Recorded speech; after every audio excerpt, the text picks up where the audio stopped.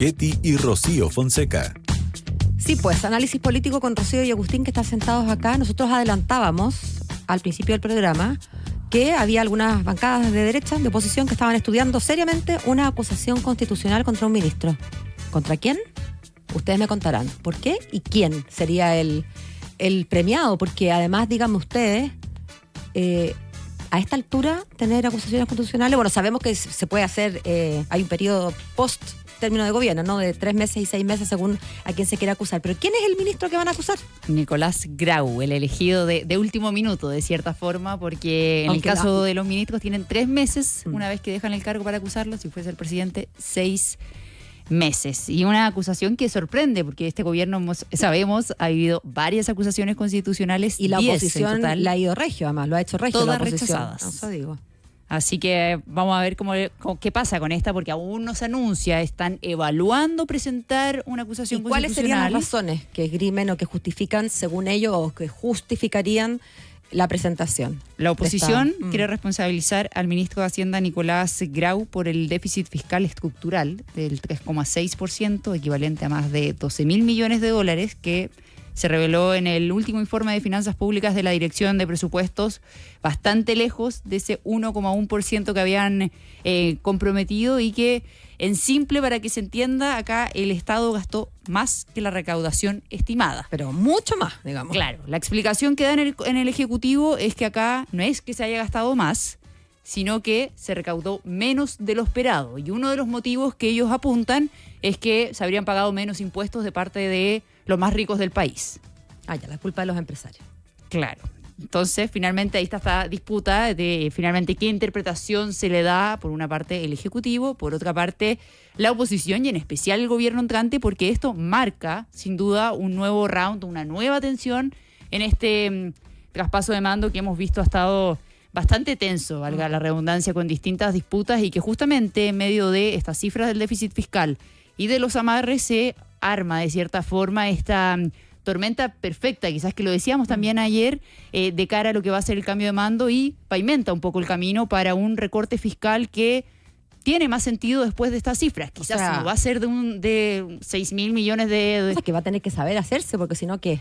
Fíjate que no sé si leían, al tiro Agustín, no sé si escuchaban ayer las declaraciones de Matías Acevedo, ex titular de la Dirección de Presupuesto, que acusaba que este incumplimiento fiscal fue a propósito de decisiones conscientes que tomó el Ministerio de Hacienda. Claro que, para ser justos, las habría tomado el ex ministro de Hacienda. Eso te iba a decir. Pero como aquí se responden las instituciones, hay continuidad constitucional, bueno. Eso te iba a decir. El ministro Marcel se fue a mitad del año pasado, si no me equivoco, más o menos. Se fue antes ya de no la... podrían acusarlo. Mayo, junio. ¿Se fue antes de la primaria?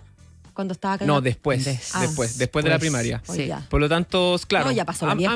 a mitad del año pasado igualmente no se le puede acusar constitucionalmente, pero estábamos conversando que hay muchos que dicen que la responsabilidad de esto es propia de él, ¿no? Él fue el jefe de la billetera fiscal durante todo el gobierno del presidente Boric, casi todo el gobierno del presidente Boric. Claro, uno entiende que hay temas que tienen que ver con la institución, el ministerio, pero la verdad es que si esto fue una decisión consciente o no, habría que ver cuáles son los argumentos que esgrime Matías Acevedo, pero si esto fuera así, bueno, es una decisión... Es verdad, del ministerio, pero el ministerio no es un fantasma, digamos. Ese ministerio está encarnado en una persona. Claro, y por eso aluden a que Marcel habría escapado antes de que explote la bomba, de cierta forma. Fue justo antes de la ley de presupuesto que se fue, ¿te acuerdas? Sí. Y esa tan difícil ley de presupuesto que tuvo que tramitar también Nicolás Grau. Estos son... o sea, son cifras anuales, por lo tanto también se tienen que tomar en cuenta las autoridades pasadas que estuvieron en el cargo, más aún un ministro Marcel que estuvo más de 3 años en ese mismo cargo. O sea, que estaría pagando el pato. Ahora, hay que decir que al ministro Grau le han tenido ganas hace tiempo por distintas razones. Sí. Que la ley de pesca, que el partido de fútbol, que los errores, que bueno, en fin. Pero claro, esto no pareciera ser algo que uno pudiera... encarnarlo en una sola persona. Y menos en Grau, porque Grau no estaba. O sea, estaba en economía. Que no es el que toma, no es la cartera que toma decisiones respecto de estos temas. Pero es la cara visible hoy día del Ministerio de Hacienda. Es la cara a cual se le puede acusar por esto. Claro. O sea, si quieren sangre, bueno, la única sangre disponible sería la de eventualmente Nicolás Grau. Vamos a ver si prospera, porque yo la verdad lo veo difícil, netamente, otro cambio de gobierno, sabemos todas las tensiones que hay y esto sería tensionar aún más el panorama entre el futuro oficialismo y la futura oposición en el Congreso.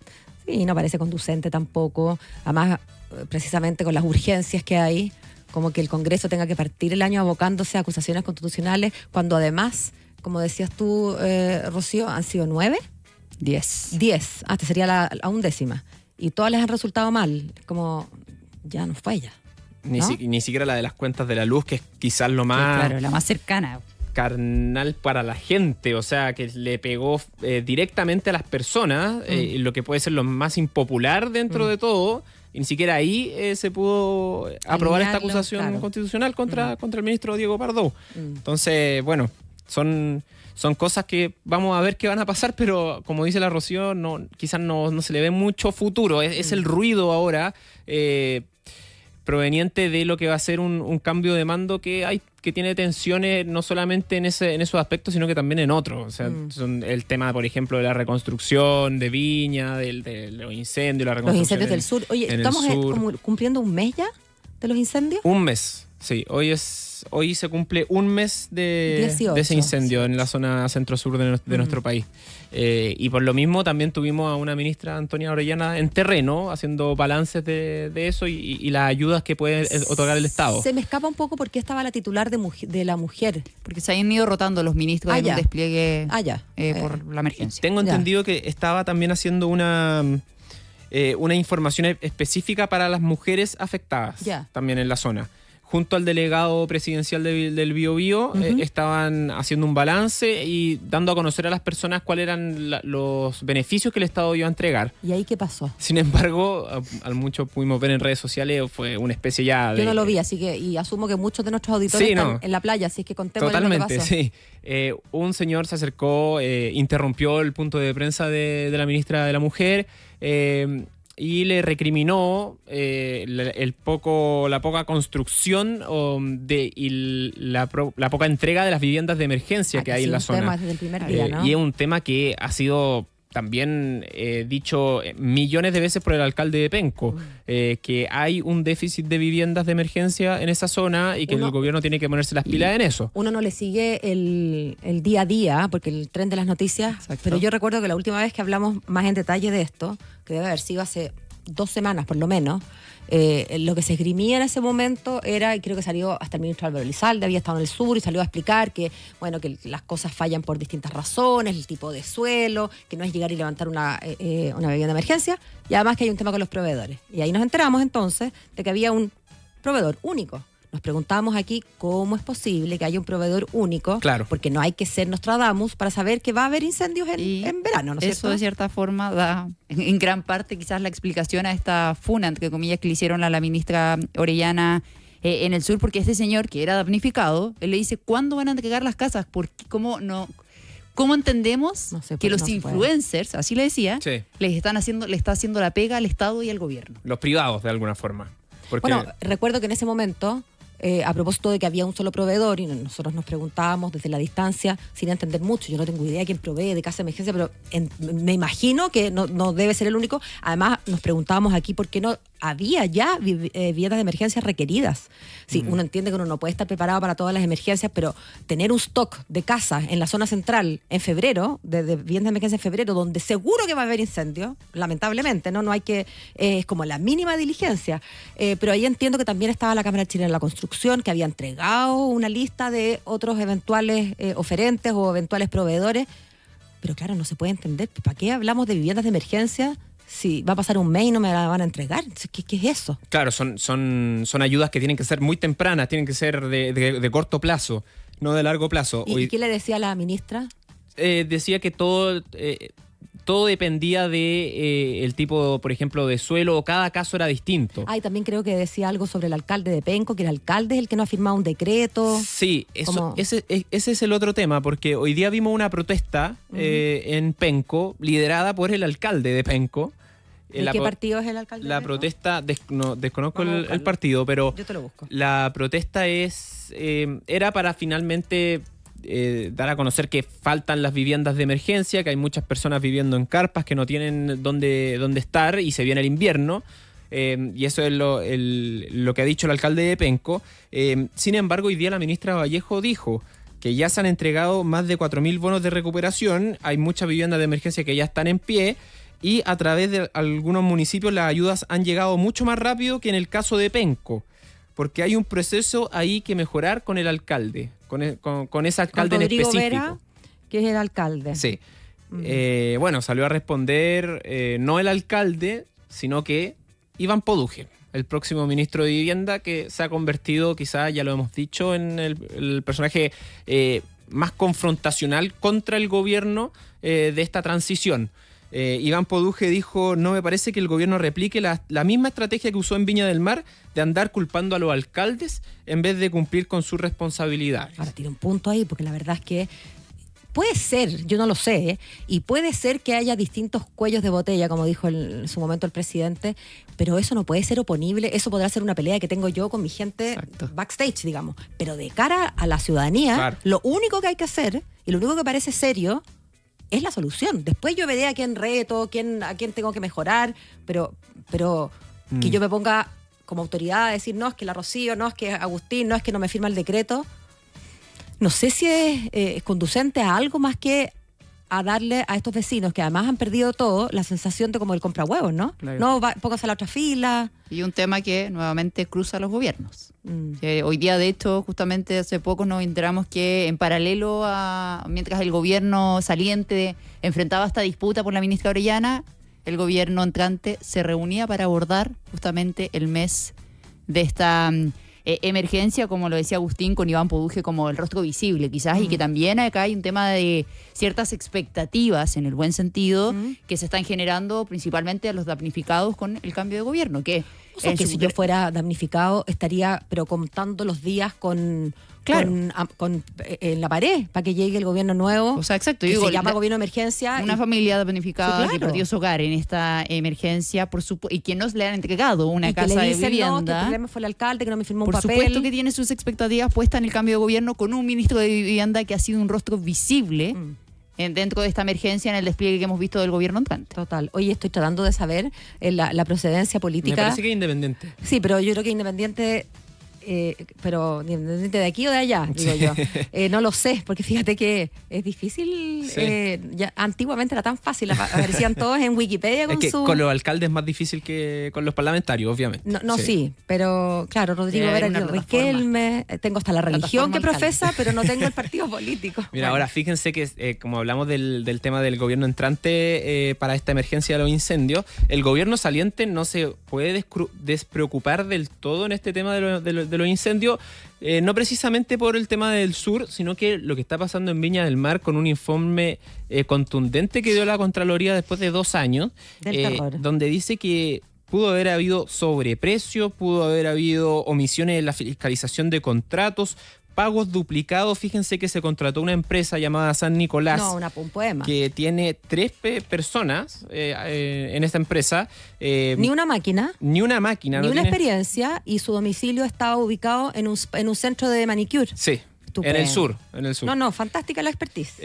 Y eso fue un contrato de 7.000 millones de pesos y se le pagaba a esta empresa más de 7 millones de pesos por demolición de casas. Y ahí también hay un problema, porque había muchas personas que no querían que se le demoliera la casa y aún así se les tuvo que demoler. Esto está siendo investigado, va a ser investigado por la Fiscalía. Sí, claro, acuérdate que mandó la misma Contralora los antecedentes al Consejo de Defensa y a la Fiscalía. La Fiscalía recogió el guante y abrió la investigación hace algunos días. Así es. Porque hay falta de registro, entrega de ayudas a personas sin FIBE, ausencia de inventario de las cosas que donaron. Hay un desorden unas total. Tarjetas SIM. El 10% de las tarjetas que se repartieron, que una empresa las donó, con 25 lucas por llamadas, eran como 3.000, digamos, y como 300 se perdieron. No sabemos dónde están. Y así, después las platas que se les donaron a los municipios tampoco entraron al municipio. O sea, la cantidad de, al menos descuido, y por lo visto la Contralor sospecha que algo más que descuidos, porque por algo mandó a investigar esto incluso desde el punto de vista penal, y esa empresa San Nicolás es como la que prende todas las luces, ¿no? Sí, prenden luces por el tema de que se le pagaba mucha plata por demolición y que los contratos estaban completamente sobrevalorados al nivel de mercado. Pero además te digo algo, llama incluso la atención antes que eso. O sea, mañana yo tengo que hacer demoliciones. Bueno, hay dos alternativas. Una, que me ponga a buscar en web quién hace demoliciones, y otra, que yo le diga a mi prima y a mis amigos del canal, de la radio, oye, ¿por qué no se constituyen una empresa en un día? O mejor, ¿tienen una empresa constituida de eventos? No tengo idea, porque es posible que cada uno tengan una... Claro. Oye, cámbienme el giro y yo mañana se los adjudico. Total, igual tú después lo subcontratáis.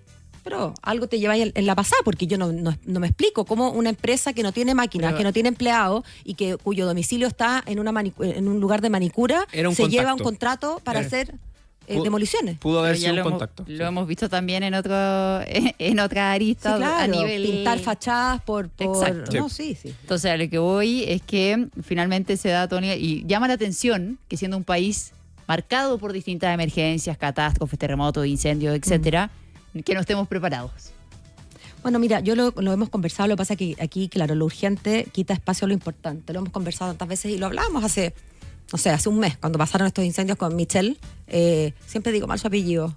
Lervé, Sí. creo que así se pronuncia. Sí, puede ser. Sobre la institucionalidad, que si era la ONEMI, que va a ser el Senapred, pero que falta.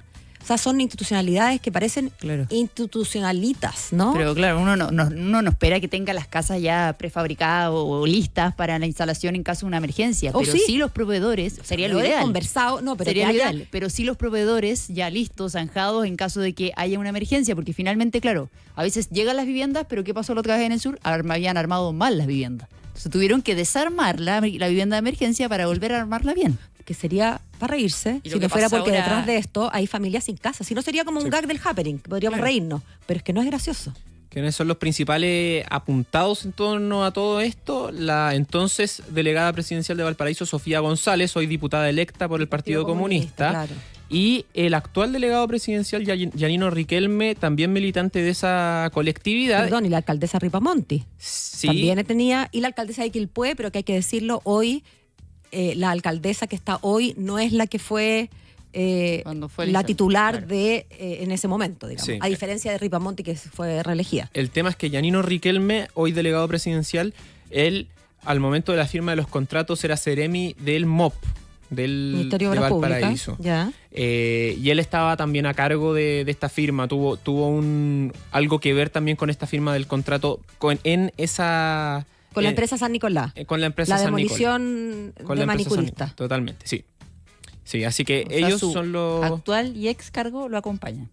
Así es. Así que ellos serían los investigados en torno a todo este tema. Yo no me puedo imaginar realmente lo que le pasa a ese señor que fue a la ministra o a la señora que perdió su casa cuando escucha este tipo de cosas. De verdad que no me alcanzo como a imaginar. Porque, mira, más allá de si es esta autoridad o la otra autoridad, al final el Estado es el que falla. Y hay veces en que el Estado simplemente no puede darse el lujo de fallar. Y creo que esta es uno de esos casos. Pero aquí estamos. Y se repite. Así es. Chiquillos, a ver si mañana me cuentan algo simpático. Rapa Nui. Mañana propongo Rapa Nui. Ya, mañana hablamos de la isla. Eso siempre es lindo. Debería Muchas estar gracias. llegando el presidente ya. ¿Ahora? A Rapa Nui, aterrizando 7:30 se supone que aterrizaban. Bueno, ahí mañana nos cuentan entonces. Muchas gracias. Chao, que estén bien. Nos vemos. Chao. Son las 7:02.